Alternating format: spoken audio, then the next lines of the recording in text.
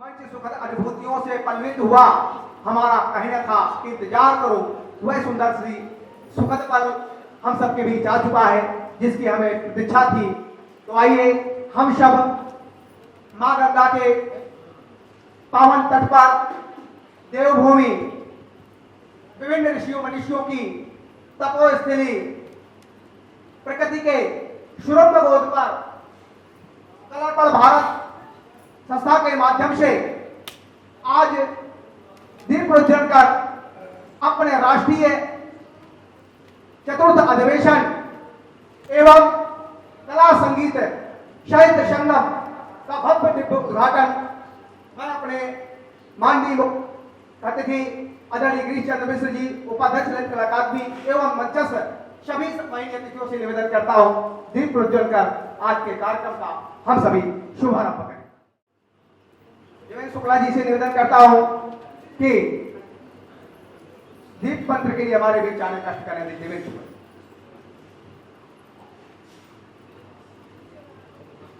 Hello.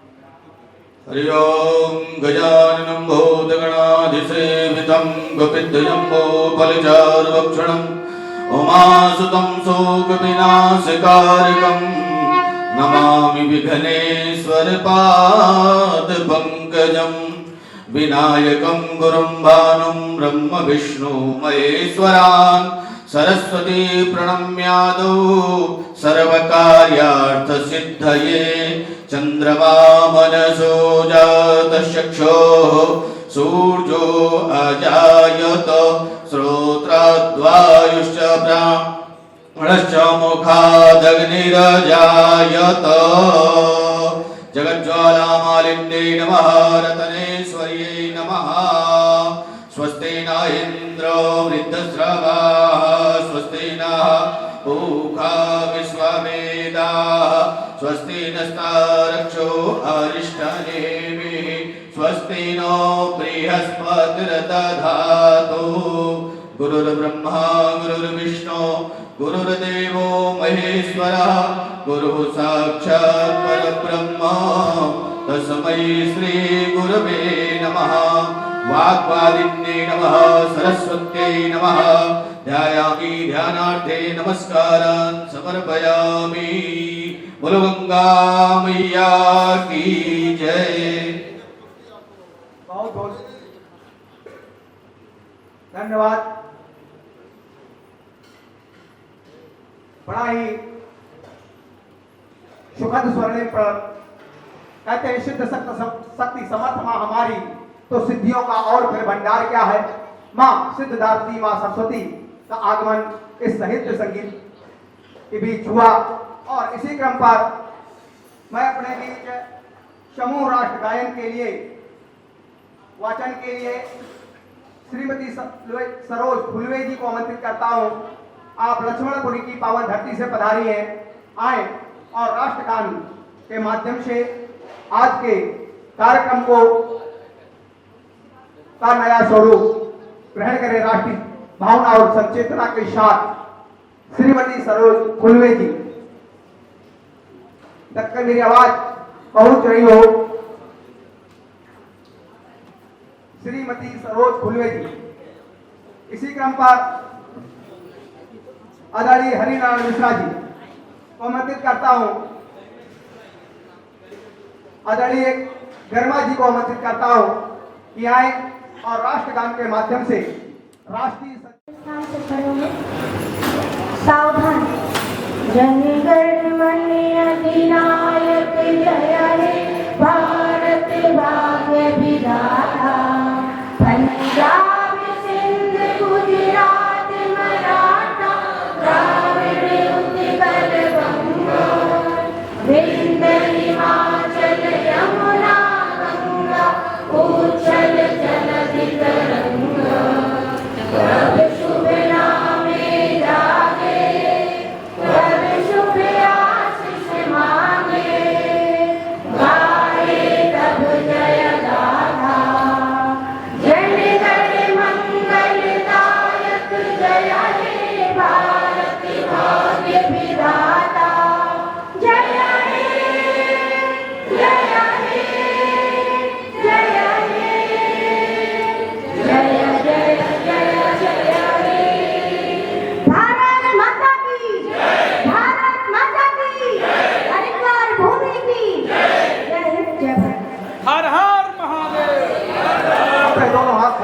हर हर महादेव,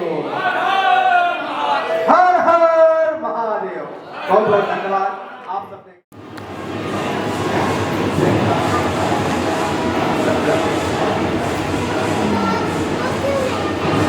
आदरणीय मृदुल कुमार को श्रेष्ठ जी हमारे बीच उपस्थित हैं, बड़े सम्मान के साथ आमंत्रित करता हूं। आप आदरणीय एसपी शर्मा जी हमारे वरिष्ठ रक्षाकरण सबके बीच उपस्थित हैं, उनका सम्मान करने कष्ट करें।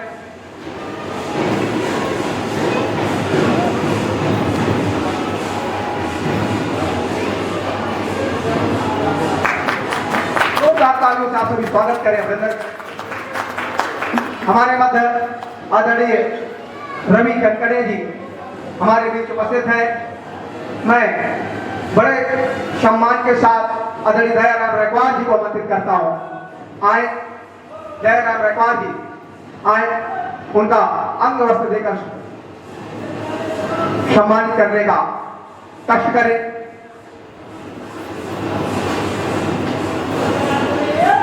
हमारे मध्य आदरणीय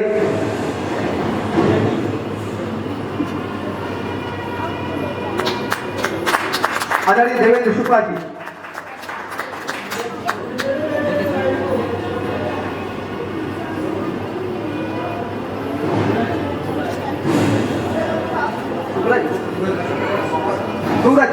सूरज जी को आमंत्रित करता हूं। आए डॉक्टर शिव प्रकाश सिंह जी हमारे बीच उपस्थित हैं। हमारे मध्य आदरणीय देवेंद्र शुक्ला जी हैं, संयोजक हैं, उनका सम्मान करें, कष्ट करें। सूरज जी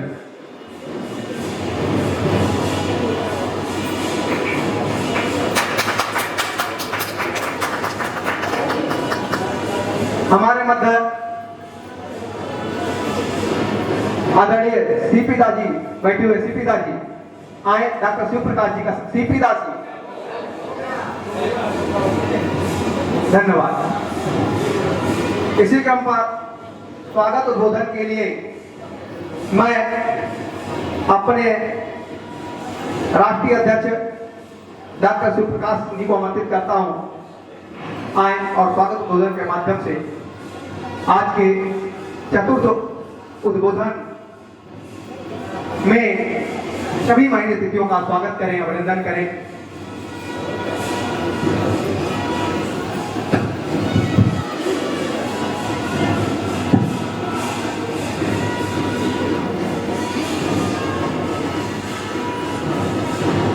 कलात्मक भारत के इस चतुर्थ अधिवेशन के शुभारंभ सत्र पर आदरणीय मुख्य अतिथि श्री गिरीश जी का मैं हार्दिक स्वागत वंदन अभिनंदन करता हूँ।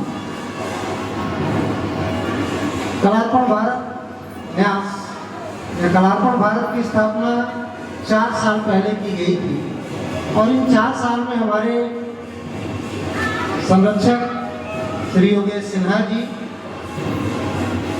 पद्मश्री उमाशंकर पांडे जी, जिनका अभी फोन आया कि टाइफाइड से ज़्यादा ग्रस्त हैं, शायद वो कल उपस्थित हो जाएंगे। मंचा सिंह श्री एसपी सर जी, श्री दिगंबर नारायण तिवारी जी, श्रद्धा दुर्गम जी, डॉक्टर रवि कनकड़े जी, श्री लक्ष्मी नारायण जी और आचार्य देवेंद्र शुक्ला जी, सभी का मैं हार्दिक स्वागत वंदन और अभिनंदन करता हूँ। इस प्रारंभिक सत्र में 4 साल में हमने क्या खोया क्या पाया, ये अधिवेशन सत्र का एक अंदरूनी हिस्सा होता है। हमने अपने पदाधिकारियों को बुलाया था, जिसमें 101 संख्या में रजिस्ट्रेशन हुए थे। उन 101 में जितने कुछ लोग लगभग सभी लोग आए हैं, 2-4 लोगों को छोड़ करके। आखिर इस चतुर्थ अधिवेशन की जो हमारी थीम थी, हमारे आचार्य देवेंद्र शुक्ला जी ने बहुत मेहनत की। मैं आ रहा था तो देख रहा था चौराहे से लेकर के और लगभग संन्यास आश्रम तक इस प्रकार के ये होर्डिंग्स लगवाए गए थे, जिससे लोगों को आने में सुविधा हुई। हमारे पास बहुत ज़्यादा वित्त नहीं होता है, 100-200 रुपया व्यक्ति से लिए जाते हैं सदस्यता के रूप में। अगर हमारे पास बहुत सारे लोगों का सामाजिक ताना बाना ना हो तो इस तरह के कार्यक्रम हो ही नहीं सकते हैं। आप कार्यक्रम की भव्यता और दिव्यता देख करके ही अनुमान लगा सकते हैं कि कार्यक्रम कोस वर्ष से नहीं चलता है। कार्यक्रम के लिए किन किन चीज़ों की आवश्यकता होती है। एक तो मैं ये थोड़ी देर पहले जब आदरणीय दीनदयाल सोनी जी बोल रहे थे कि आए और अंग वस्त्र प्रदान करने का कष्ट करें थोड़ा सा मुझे कभी कभी पीड़ा होती है, शब्दों का हम कैसे दुरुपयोग कर लेते हैं। जब हम आज एक पंच प्रण लिए जा रहे हैं, उसमें एक स्व का बोध है। अगर हम अपने स्व को नहीं पहचानते, अपने शब्दों को नहीं जानते, तो दुनिया तो बैठी ही है प्रयोग करने के लिए।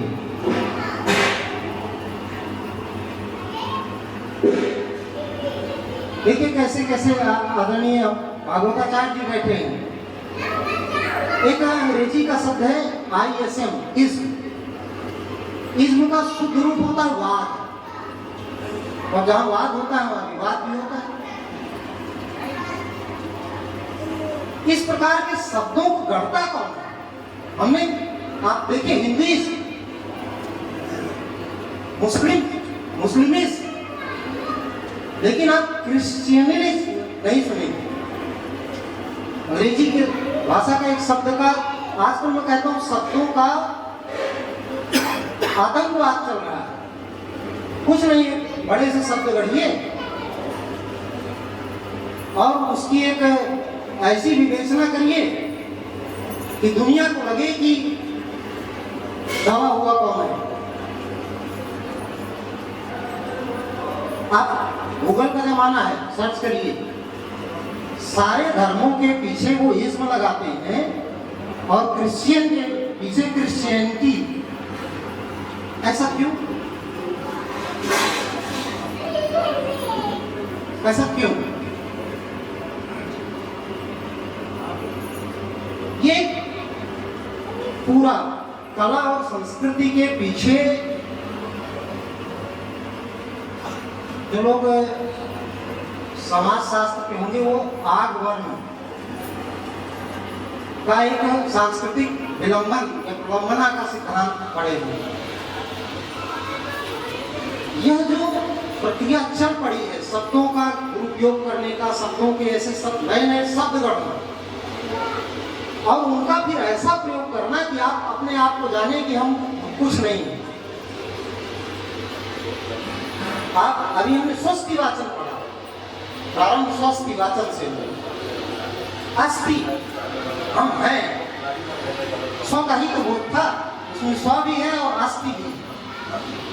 अस्थि माने होना और स्व माने स्वयं का होना।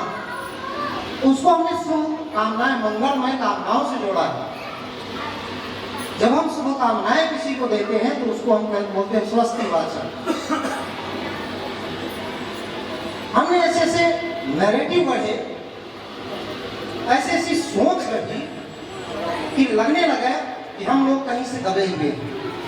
कलात्मक भारत इस चतुर्थ अधिवेशन में स्वबोध की उच्च आकांक्षा रखते हुए अपनी कला को सांस्कृतिक परिवेश से जोड़ने के प्रयास करता है। स्व का यह जो बोध है, यह जो सांस्कृतिक प्रलंबना या सांस्कृतिक प्रताड़ना जिसको हम कह सकते हैं, इससे हम कैसे निजात पाए। कभी मोहम्मद इकबाल ने लिखा था, कुछ बात है कि हस्ती मिटती नहीं हमारी, सदियों से रहा दुश्मन दौरे जहां हमारा। कि कुछ बात क्या, कुछ बात को खोला नहीं है, क्योंकि वो बात को कहीं उसको पाकिस्तान पर भी लिखना था। लेकिन ये जो कुछ बात है, ये यही बात है कि जब हमने कभी नहीं माना कि राष्ट्र हमारा एक कन्याकुमारी ऊपर से लेकर के जम्मू कश्मीर से लेकर के कन्याकुमारी तक का हिस्सा ही राष्ट्र है। ऐसा हमने कभी माना ही नहीं। हमने तो माना दुनिया हमारी है। अथर्ववेद का मंत्र है, माता भूमि पुत्रोहम पृथिव्या। ये पृथ्वी हमारी माता है, हम इसके पुत्र हैं। लेकिन कैसे हमने, हमारी सोच कितनी उदार थी, कितने उदार थे। इस धरती पर पैदा हुआ प्रत्येक व्यक्ति हमारा भाई बहन। इस सोच को लेकर के हम उठे थे और हमको क्या पढ़ाया गया, या हमको एक, जो मैंने अभी कहा, नैरेटिव बढ़े जा रहे हैं। दुनिया के किसी धर्म में, मैं चूंकि विज्ञान गणित का अध्यापक भी हूँ और मैं अपने पीरियड को पढ़ाते समय ये बताना जरूर समझता हूँ, दुनिया का कोई धर्म आप देखिए, मुस्लिम गणित मिल जाए तो बताइए, क्रिश्चियन कैलकुलस मिल जाए तो बताइए, लेकिन हमारे यहाँ धर्म में वैदिक गणित है, वेदों में गणित का वर्णन है। बढ़े गए। आर्यभट्ट ने शून्य का आविष्कार किया।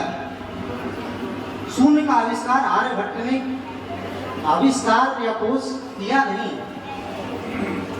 आर्यभट्ट उसको जमीन तक लाए या लिखित रूप में उनका प्रमाण मिला।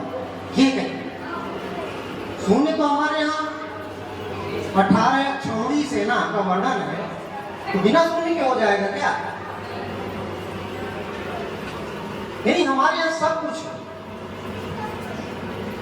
यजुर्वेद प्रार्थना करता है पूर्णमदः पूर्णमिदं पूर्णात् पूर्णमुदच्यते पूर्णस्य पूर्णमादाय पूर्णमेवावशिष्यते।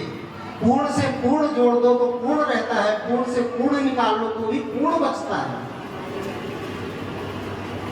ये जो पूर्ण संख्याओं का कॉन्सेप्ट था, इसको किसने दिया? अब आप कहेंगे कलार्पण में गणित की बात। मैं ये जोड़ना चाहता हूं, कला दुनिया का कोई भी एक धार्मिक परिप्रेक्ष्य निकल गया, वैसे मैं सांस्कृतिक रूप में बोलना चाहता था, लेकिन एक धर्म की बात, क्योंकि हमारे वेद धर्म का एक स्वरूप है। दुनिया ने वेदों को, या दुनिया की जो फिलॉसफी है, फलसफा है, उसको उन्होंने पढ़ा, लिखा, सोचा, समझा, लेकिन हमने उसको दर्शन देखा। वेदों में हमारे यहाँ दर्शन शास्त्र है, दर्शन है, सीधे दर्शन। दृश्यते अनेक दर्शने, जो दृश्य, जिसके सम्मुख पूरा दृश्य उपस्थित है, और जहां दृश्य उपस्थित होता है उसी को हम कहते हैं कला। कला और कलाकार कभी अभिन्न नहीं हो। आप अगर नृत्य देख रहे हैं तो केवल कला देख रहे हैं कि कलाकार को भी देख रहे हैं? इसलिए हम धीरे धीरे, आप देखिए, जो कला की परिभाषा पाब्लो पिकासो तक गई है, उसमें कहते कला क्या है? कला तो ऐसी चित्रकारी है जिसको किसी ने बना दिया और कलाकार को हम नहीं जान पाए। आप वेस्टर्न चित्रकारिता में नाम का होता है, और आपने देखा होगा आजकल की जो नई कला बनती है, मनुष्य बना है, मनुष्य चित्र, हेडिंग लिखा है मनुष्य, पीछे पिछाया है, न उसमें आंख है, न कान है, न मुंह है। क्या है? आपने देखे होंगे ऐसे बहुत सारी कला प्रदर्शनियां लगती हैं। अभी मैं कल आगरा में था, और एक कलाकृति आर्ट म्यूजियम है। जब मैं घुसा, मुझे लगा कि अच्छा हो गया, और जैसे ही घुसा तो प्रत्येक चित्र को देखने के बारे में, उसके बारे में आपको पूछना पड़ेगा, ये बना क्या है।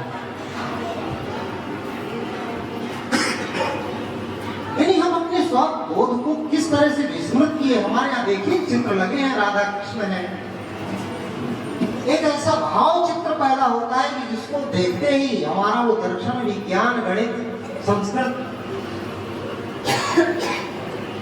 सारा परिदृश्य उपस्थित हो जाता था। ऐसी भारतीय संस्कृति के उत्थान के लिए हम लोगों ने इस कलार्पण भारत का अभ्युदय हुआ था। लेकिन धीरे धीरे इस प्रकार से हमारे ये 3-4 साल में लगभग देश के 1/3 हिस्से तक हम लोग पहुंचने का प्रयास किए। कहीं एक व्यक्ति है, कहीं 2 व्यक्ति हैं, कहीं पूरी टीम है।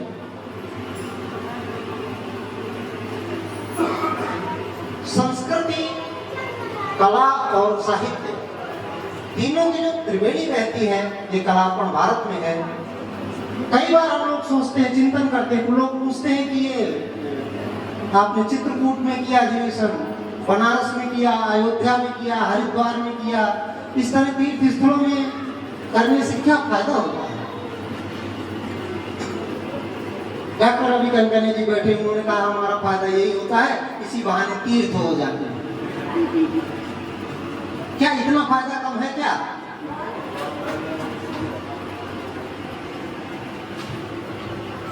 लेकिन जो हम दर्शन देना चाहते हैं कि आखिर अब कला निकलेगी तो कहां से निकलेगी, देखेंगे लोग तो कहां से देखेंगे। तभी देख रहा था हमारे यहाँ हिंदुस्तान में नोट में महात्मा गांधी का चित्र है, इंडोनेशिया के चित्र में भगवान गणेश का चित्र है, 90% मुस्लिम है। थाईलैंड में जो लोग गए हो देखे, वो राजा का महल बना है और उसमें 256 गरुड़ बने हैं। हमने कहा ये क्या है यहाँ तो आबादी बोले हमारे जो मूल देवता है वो विष्णु है और उनका ये वाहन है। बोलना तो मैं सांस्कृतिक राष्ट्रवाद और कलार्पण पर चाह रहा था, लेकिन धनंजय जी का संकेत हो गया। घड़ी देखिए, मैं क्षमा चाहता हूँ जितना उन पढ़ा, क्योंकि स्वागत उद्बोधन में पहली बार उठा देना किसी को कि आइए और बात करिए, वार्ता करिए, तो थोड़ा कठिन होता है, फिर भी जैसा बन सका। बहुत बहुत धन्यवाद।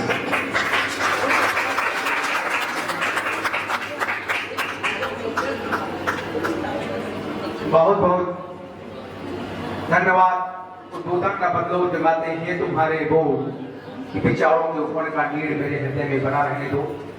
डॉक्टर सुप्रकाश जी ने भारतीय संस्कृति की मीमांसा बहुत ही सुंदर विभिन्न प्रसंगों, विभिन्न शास्त्रों के तथ्यात्मक तरीके से प्रस्तुत की और इसी क्रम पर अपने विभिन्न जनपदों से पधारे कला साधकों एवं जिले के पदाधिकारियों की परिचय के लिए मैं आदरणीय अपने क्षेत्रीय महामंत्री उत्तर प्रदेश के शिवकानी जी को आमंत्रित करता हूं, आए। और मैं अच्छा प्रदेश अध्यक्ष हो गए हैं डॉक्टर शिवकानी जी की नई कार्यकारिणी मेरे पास, जोरदार तालियों के लिए और जी की आमंत्रित करता हूं कि प्रदेश अध्यक्ष आए। पूरे उत्तर प्रदेश, अन्य विभिन्न प्रदेशों, विभिन्न जनपदों के बैठे हुए सभी जिलाध्यक्षों का परिचय अपने बीच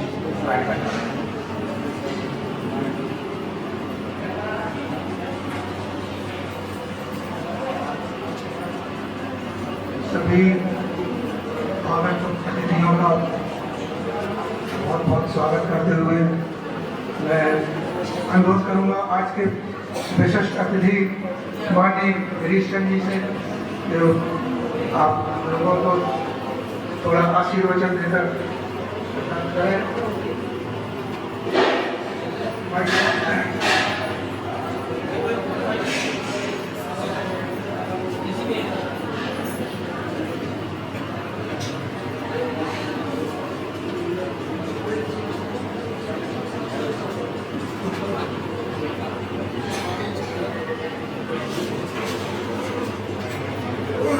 कलार्पण के इस चतुर्थ अधिवेशन के उद्घाटन सत्र में मंच पर हम सबके बहुत ही परिचित, जिनके साथ मैंने बहुत समय तक संस्कार वाटी के नाते काम किया, इससे मैंने बहुत सारे वरिष्ठ मित्र कहेंगे, सहयोगी कहेंगे, अग्रज कहेंगे। हम लोग के बीच में कानपुर से शर्मा जी आए हुए हैं, पुरई से श्रीमान दिगंबर तिवारी जी हैं, जो इस कलाकार के राष्ट्रीय संगठन मंत्री हैं। हमारी जो राष्ट्रीय अध्यक्ष हैं और डॉक्टर साहब भी कभी झांसी में हम लोगों के साथ में बहुत सारा काम किया है, डॉक्टर कनकने जी। शिव प्रकाश जी बाबा के हमारे बहुत पुराने सहयोगी हैं, वो और उनके परिवार में उनके पिताजी से भी हम लोगों का संबंध रहा है। अन्य हमारे जो पदाधिकारी हैं और इन सबको एक साथ सूत्र में बांधने की कला इन्होंने सीखी है। हमारे धनंजय जी देश संस्था के महामंत्री हैं और उनके साथ हमारी बहुत पुरानी टीम। मैं देख रहा हूँ कि दिगंबर जी की धर्मपत्नी हम लोगों की भाभी जी, जो हमारी व्यवस्थापिका कभी कहा करती थी किसी कार्यक्रम की, आज भी सारे परिचय पत्र खोज के लोगों को दे रही है। ऐसे ही हमारे उनका सुतरे जी की भी श्रीमती जी कहीं दिखी थी, अगर मेरी आंखें ठीक है तो।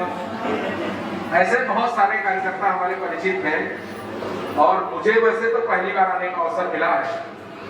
मैं आप सबको बहुत आभार व्यक्त करता हूँ कि आपने आमंत्रित किया। हालांकि मैं ये क्षमा प्रार्थी हूँ कि मुझे लगता है जब से कला अर्पण की स्थापना हुई है उसी समय से कई कार्यक्रमों में, चाहे वो चित्रकूट का रहा हो, अयोध्या का रहा हो, बनारस का रहा हो, हर कार्यक्रम में धनंजय जी मुझसे बात करके, तारीख तय करके और कार्यक्रम की रचना करते थे। लेकिन मैं कहूँगा मेरा दुर्भाग्य कि उन दिनों कुछ न कुछ संगठन की या कहीं न कहीं व्यस्तता मेरी होती थी, जिसके कारण मैं किसी कार्यक्रम में आ नहीं पाया। इस बार मैं एक कार्यक्रम की दृष्टि से बांधा गया था, उसी समय चर्चा हुई कि अगला कार्यक्रम हरिद्वार में हम लोग आयोजित कर रहे हैं 29-30 में। मैंने उसी समय डायरी में लिखा और ये तय किया कि इस बार कोई ऐसा कार्यक्रम कितना भी आवश्यक काम हो फिर मैं छोड़ के और इस बार हरिद्वार वाले कार्यक्रम में रहूंगा। मुझे बहुत अच्छा लग रहा है कि आप सब इतनी बड़ी संख्या में आज यहाँ उपस्थित हुए हैं, क्योंकि बाकी सब चीजें अच्छी हैं, कार्यक्रम कर लेना, बड़े बड़े आयोजन हो सकते हैं, होते भी रहते हैं, लेकिन संगठन के नाते एक दूसरे को जोड़ना और उसके बाद उनको कहीं दूसरी जगह ले जाना। अभी आपके राष्ट्रीय अध्यक्ष बहुत अच्छी बात कर रहे थे कि पहला चित्रकूट में हुआ, दूसरा अयोध्या में हुआ, तीसरा बनारस में हुआ और चौथा हरिद्वार में हुआ। अब धीरे धीरे 3 के बाद आप लोगों ने राज्य बदलना शुरू किया है। अब उत्तराखंड में आए हैं, अब आगे कार्यक्रम और हो सकता है, गुजरात में हो सकता है और मध्य प्रदेश है, अन्य राज्यों में है। एक कहानी है मुझे ध्यान में आती है। एक बार एक संत यात्रा पे जा रहे थे, तो जब वो यात्रा कर रहे थे तो एक गांव में रात में रुके। उस गांव में उनके प्रति बड़ी खराब व्यवहार हुआ, उनको ठीक से खाना नहीं मिला, रहने की ठीक से व्यवस्था नहीं थी और भी सारी दुर्व्यवहार जो कर सकते थे उस गांव के लोगों ने किया। लेकिन जब सवेरे वो यात्रा समाप्त करके आगे बढ़ने लगे तो बहुत सारा आशीर्वाद दिया कि नहीं आप लोग सुखी रहिए, संपन्न रहिए और यहाँ पर आप बड़ा अच्छे से रहिए इस स्थान में।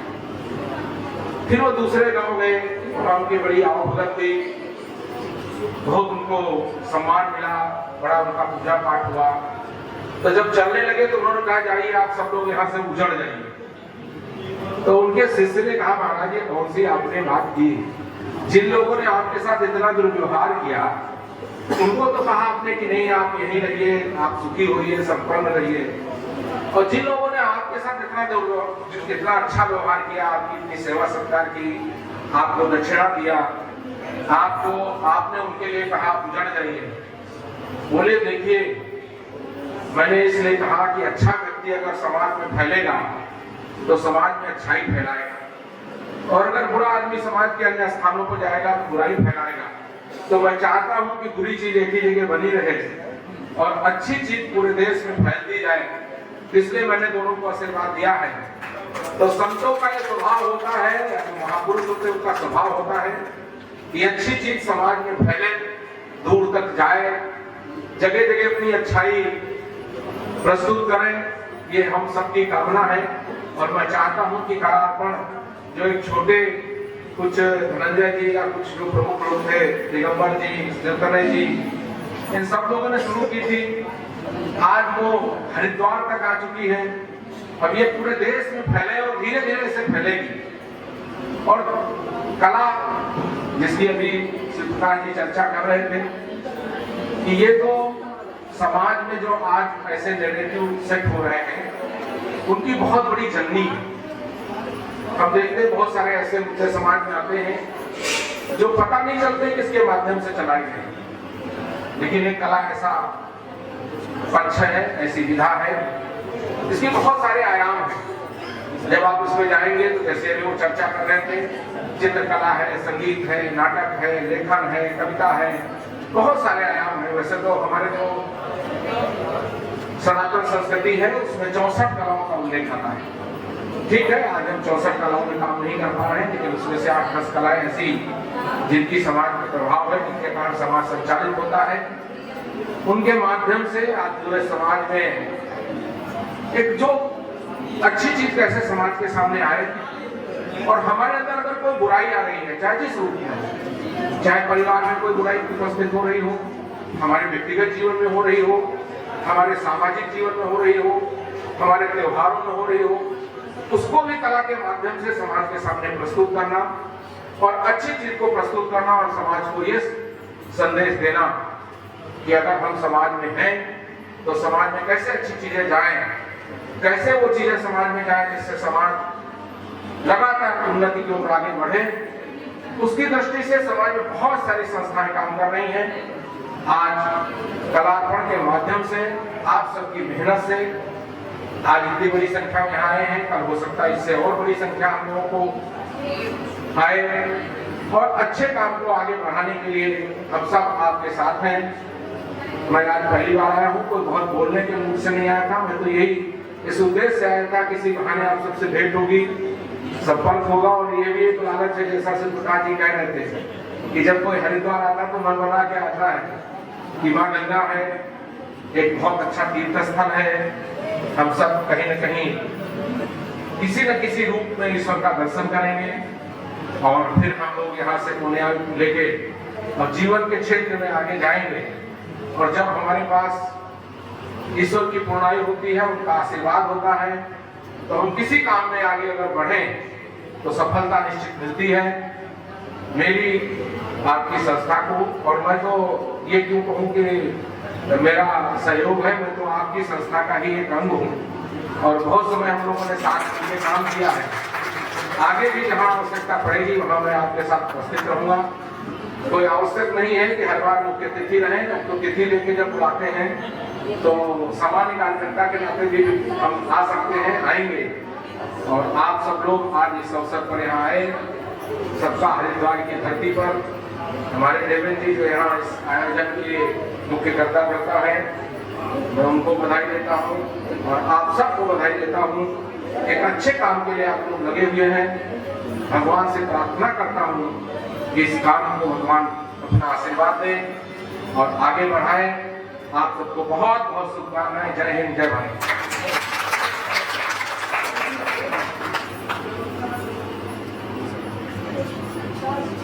बहुत बहुत धन्यवाद आज के मुख्य अतिथि माननीय गिरीश जी का, तो उन्होंने अपना आशीर्वचन देकर आशीर्वाद दिया। इस कार्यक्रम में चूंकि ये राष्ट्रीय अधिवेशन है तो प्रदेश ही नहीं पूरे देश से, अलग अलग राज्यों से, अलग अलग स्थानों से, सभी जगह से अन्य जगह के प्रतिनिधि उपस्थित हैं। और अच्छा होता है योजना में था कि पहले सभी का परिचय हो जाता है, जिससे सभी लोग अवगत होते कि हमारे अधिवेशन में कहाँ की उपस्थिति है, कहाँ की सहभागिता है। लेकिन कार्यक्रम थोड़ा विलंब से हो सका, इसलिए इस विषय को अगले सत्र में हम लोग परिचय को रखेंगे। इसी के साथ आज के सभी उपस्थित हमारे माननीय अतिथियों का और सभी दूर दूर से पधारे